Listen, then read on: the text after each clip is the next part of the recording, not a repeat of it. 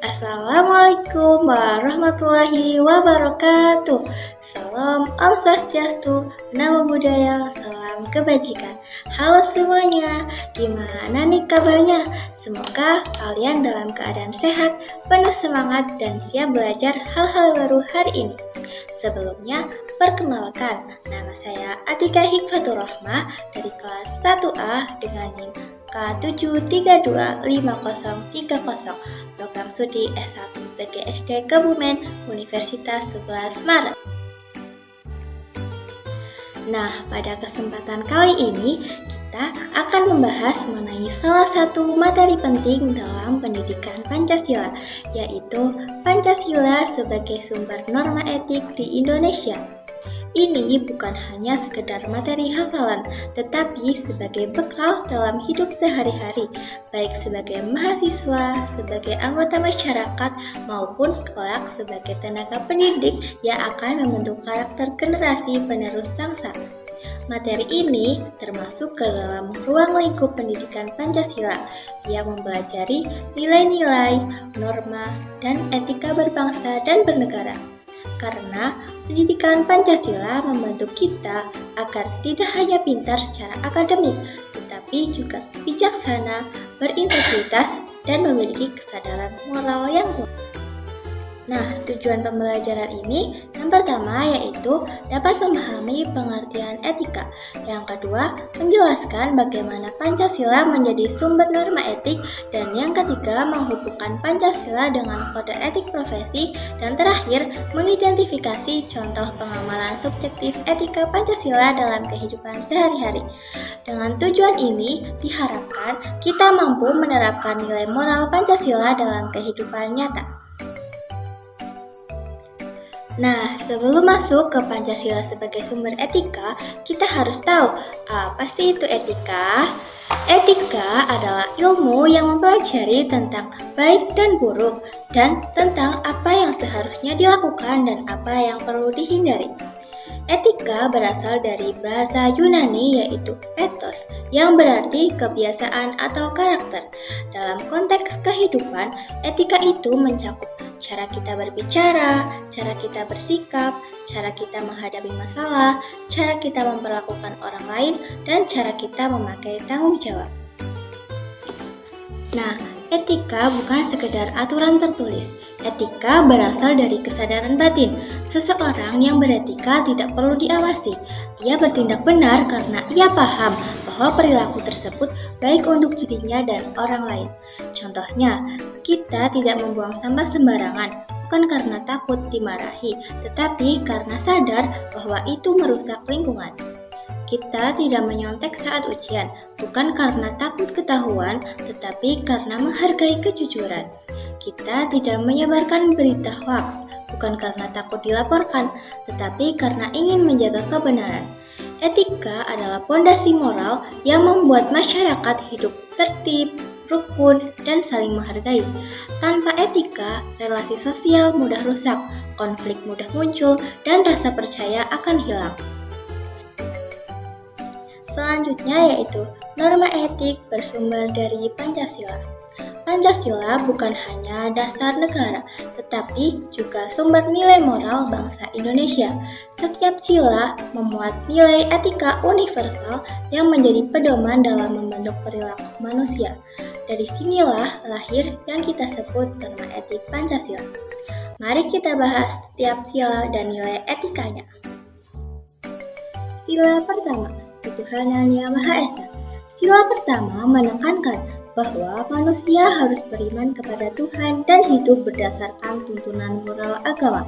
Nilai etiknya antara lain kejujuran, amanah atau dapat dipercaya, tidak melakukan perbuatan tercela, menghargai perbedaan agama, dan menjaga kerukunan umat beragama. Sila pertama membuat kita menyadari bahwa perilaku memiliki dimensi spiritual. Kita bukan hanya bertanggung jawab kepada manusia saja, tetapi juga kepada Tuhan yang Maha Esa.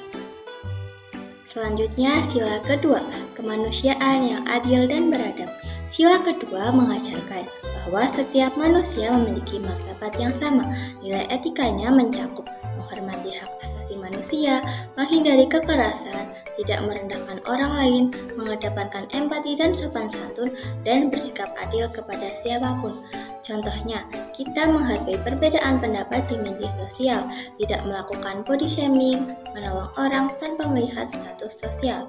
Etika kemanusiaan ini juga sangat penting di era media digital seperti sekarang ini karena rawan konflik dan misinformasi. Selanjutnya, sila ketiga, Persatuan Indonesia. Sila ketiga menekankan pentingnya menjaga persatuan dalam keberagaman. Nilai etikanya antara lain mementingkan kepentingan bersama, menjaga kebinekaan, menghindari perpecahan, toleransi terhadap suku budaya, bahasa, dan adat istiadat, dan juga mengutamakan gotong royong. Persatuan Indonesia bukan hanya slogan, ini adalah etika hidup yang membuat bangsa kita tetap kuat meski berbeda-beda suku, bahasa, dan budaya. Selanjutnya, sila keempat, kerakyatan yang dipimpin oleh hikmat kebijaksanaan dalam permusyawaratan perwakilan. Sila keempat mengandung etika demokrasi, nilainya mengutamakan musyawarah, tidak memaksakan kehendak pribadi, dan menghargai pendapat orang lain, juga mengambil keputusan secara bijaksana dan matang, dan bertanggung jawab atas keputusan yang sudah diambil secara bersama-sama. Etika ini berlaku dalam organisasi, keluarga, kelas, bahkan pergaulan sehari-hari. Musyawarah mencerminkan bahwa kita menghargai proses, bukan hanya hasil. Selanjutnya, sila kelima, keadilan sosial bagi seluruh rakyat Indonesia. Sila terakhir ini menekankan tentang nilai etika keadilan.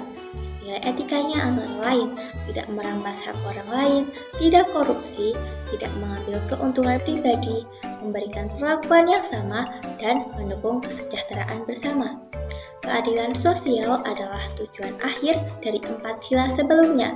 Jika keempat sila sebelumnya telah dijalankan dengan baik, maka keadilan akan terwujud. Nah, seluruh sila Pancasila menjadi kompas moral yang membimbing kita agar kita bersikap benar, manusiawi, demokratis, penuh persatuan, dan berkeadilan. Oke, yang ketiga, kode etik profesi. Dalam kehidupan profesional, kita mengenal istilah kode etik profesi, yaitu aturan moral dan standar perilaku yang harus dipenuhi seseorang dalam menjalankan tugasnya. Kenapa kode etik profesi perlu?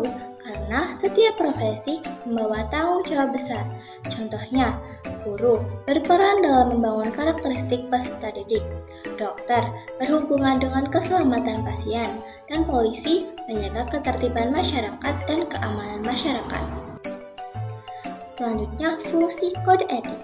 Yang pertama, menjadi pedoman agar profesi dijalankan secara profesional dan bermoral. Yang kedua, menjaga kepercayaan masyarakat. Yang ketiga, menjaga martabat profesi. Yang keempat, mencegah penyalahgunaan wewenang. Dan yang terakhir, menjadi dasar pemberian sanksi jika terjadi pelanggaran. Selanjutnya, kode etik profesi dan Pancasila. Kode etik profesi di Indonesia tidak boleh bertentangan dengan Pancasila. Artinya, pada sila pertama, menuntut kejujuran dan amanah. Pada sila kedua, menghormati martabat manusia. Pada sila ketiga, kita bekerja untuk kepentingan bersama. Pada sila keempat, kita tidak boleh bertindak sewenang-wenang. Dan pada sila kelima, kita harus berlaku adil kepada semua orang. Jadi, meskipun tiap profesi mempunyai aturan sendiri, semuanya tetap berakar pada nilai Pancasila. Yang terakhir, pengamalan subjektif norma etik Pancasila. Pengamalan subjektif berarti penerapan nilai moral Pancasila berdasarkan kesadaran pribadi, bukan karena dipaksa dan takut dihukum. Contohnya, dalam kehidupan pribadi, seperti berdoa, beribadah, bersikap jujur, mengendalikan emosi, dan menghargai diri sendiri.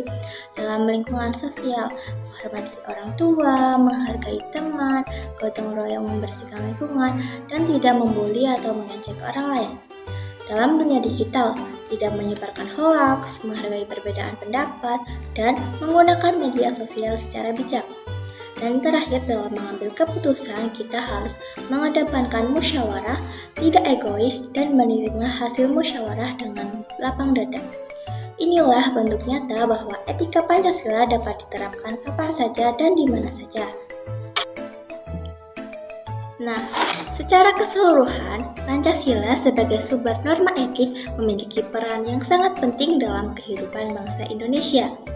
Pancasila tidak hanya menjadi sebuah dasar negara, tetapi juga sumber nilai moral yang membimbing kita baik dalam bersikap, bertindak, dan mengambil sebuah keputusan. Nilai-nilai dalam setiap sila dapat kita terapkan, baik dalam keluarga, sekolah, masyarakat, tempat kerja, hingga dunia digital.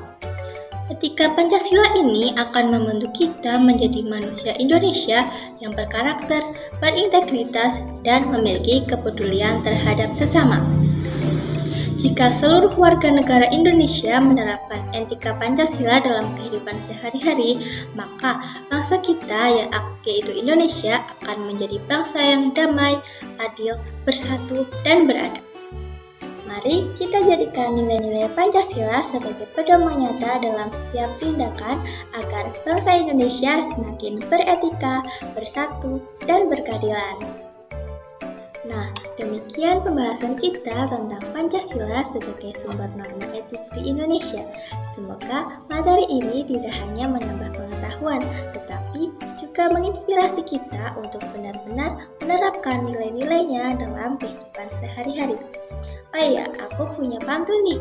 Pergi ke taman memetik melati, harumnya lembut tenangkan hati.